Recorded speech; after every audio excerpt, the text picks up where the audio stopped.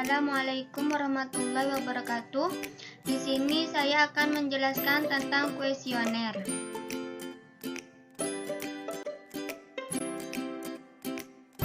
Apa itu kuesioner? Jadi, kuesioner itu atau bisa dibilang angket ialah suatu teknik pengumpulan informasi yang memungkinkan analis mempelajari sikap-sikap, keyakinan, perilaku, dan karakteristik beberapa orang utama di dalam organisasi yang bisa terpengaruh oleh sistem yang diajukan atau oleh sistem yang sudah ada.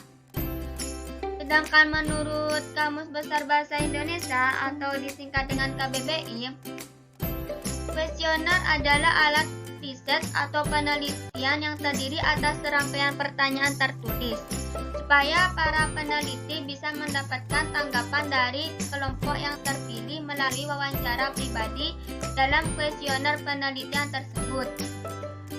Kalau secara singkat, kuesioner itu suatu teknik penyimpanan data dari sejumlah orang atau responder melalui perangkat pertanyaan yang diajukan untuk mendapatkan jawaban.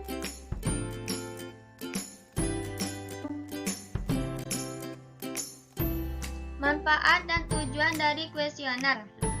Manfaat dari kuesioner ini untuk memperoleh data dan informasi sebagai bahan dasar penyusunan hasil penelitian.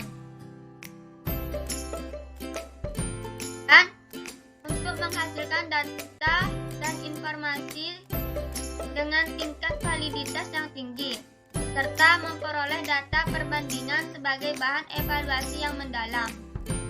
Tujuannya untuk mendapatkan data yang relevan, di mana dengan metode ini lebih banyak digunakan pada penelitian kuantitatif guna untuk menguraikan hubungan antara variabel.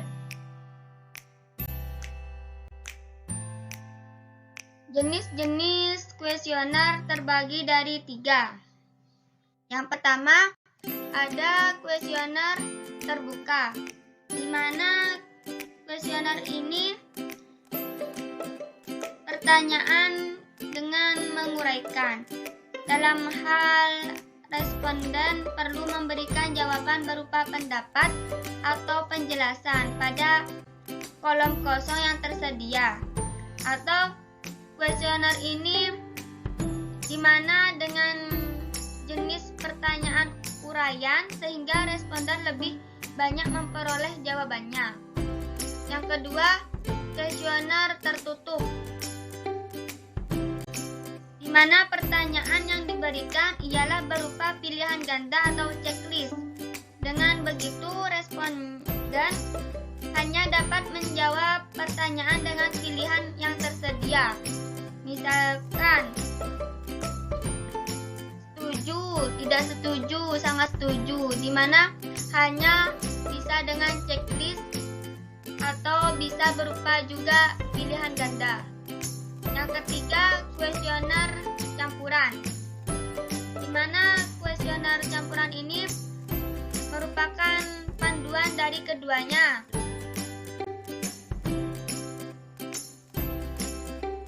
Selain berguna untuk memperoleh informasi yang mendalam, metode kuesioner campuran ini memberikan sejumlah data berupa angka. Selanjutnya, kelebihan dan kekurangan dari kuesioner. Kelebihan dari kuesioner di mana tidak membutuhkan banyak waktu dalam proses pengerjaannya.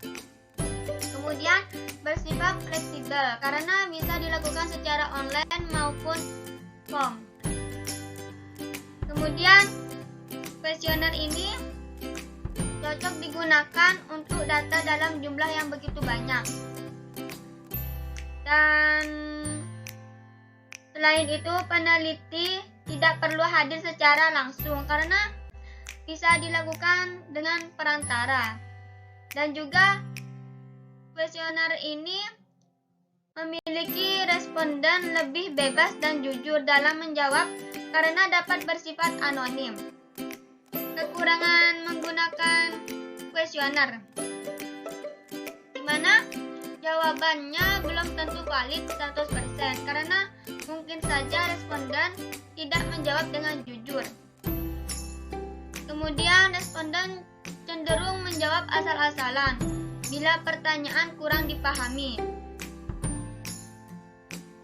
Dan seringkali kurang teliti sehingga melewatkan beberapa pertanyaan.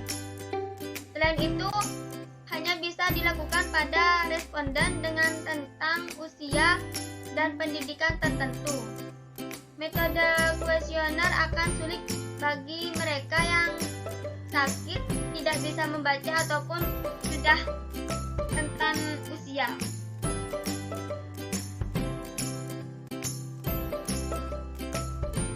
Selanjutnya, isi dari kuesioner ini biasanya berisi singkat, jelas, dan padat. Tapi, isi dari kuesioner ini harus sederhana, di mana harus dibuat secara to the point, tidak kompleks, dan mudah dipahami oleh responden agar lebih sesuai tujuannya, sehingga informasi yang diperoleh dari kuesioner sesuai dengan kebutuhan penelitian. Kemudian ukurannya jelas, di mana bertujuan untuk mengumpulkan data berupa angka harus menggunakan satuan ukur yang jelas. Misalnya ya, gunakan satuan ukur yang jelas seperti M2 ketika menanyakan luas lahan, sehingga responden paham dan tidak kebingungan ketika menjawab pertanyaan. Selanjutnya, pertanyaan tidak bertele-tele, di mana pertanyaan atau pernyataannya yang jawabannya sudah berupa pilihan maupun tidak. Selanjutnya, pertanyaan harus dikategorikan, di mana perlu pengelompokan atau mengkategorikan setiap daftar pertanyaan dalam kuesioner penelitian agar sesuai dengan informasi yang dibutuhkan.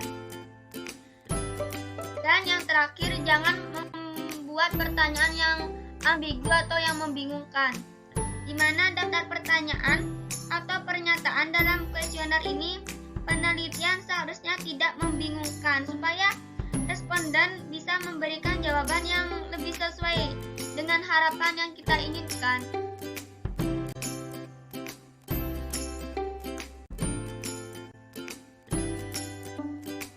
Selanjutnya, cara membuat kuesioner, di mana yang pertama kita harus menentukan informasi terlebih dahulu, yang biasanya digunakan sebagai bahan dasar dalam merancang pertanyaan maupun pernyataan kuesioner. Yang selanjutnya, merumuskan pertanyaan, di mana merumuskan pertanyaan-pertanyaan penelitian, pastikan pertanyaan tersebut menggunakan bahasa yang jelas, tidak ambigu, dan tidak membingungkan responden, dan bisa dijawab dengan baik oleh responden. Kemudian, membuat penjelasan atau pertanyaan lanjutan. Untuk mendapatkan informasi yang mendalam, Anda bisa membuat penjelasan maupun pertanyaan lanjutan, yang Anda bisa juga mengembangkannya dari pertanyaan-pertanyaan yang mendasar yang telah dibuat sebelumnya. Selanjutnya, merancang kuesioner, di mana merancang kuesioner ini harus yang terstruktur, di mana Anda harus perlu menyediakan kolom identitas serta karakteristik responden pada awal kuesioner. Setelahnya, susun pertanyaan secara runtun dengan jelas jenis kuesioner yang diinginkan. Dan jangan lupa untuk mengevaluasi kembali kuesioner sebelum menyebarkannya. Dan yang terakhir, melakukan uji coba kuesioner, di mana setelah Anda yakin, cobalah lakukan uji coba untuk mengetahui seberapa baik kuesioner tersebut. Anda bisa meminta bantuan teman atau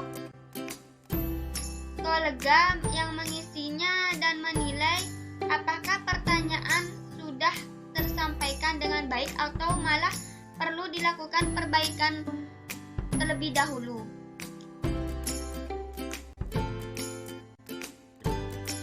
Terima kasih telah meluangkan waktunya. Mohon maaf apabila ada salah kata. Wassalamualaikum warahmatullahi wabarakatuh.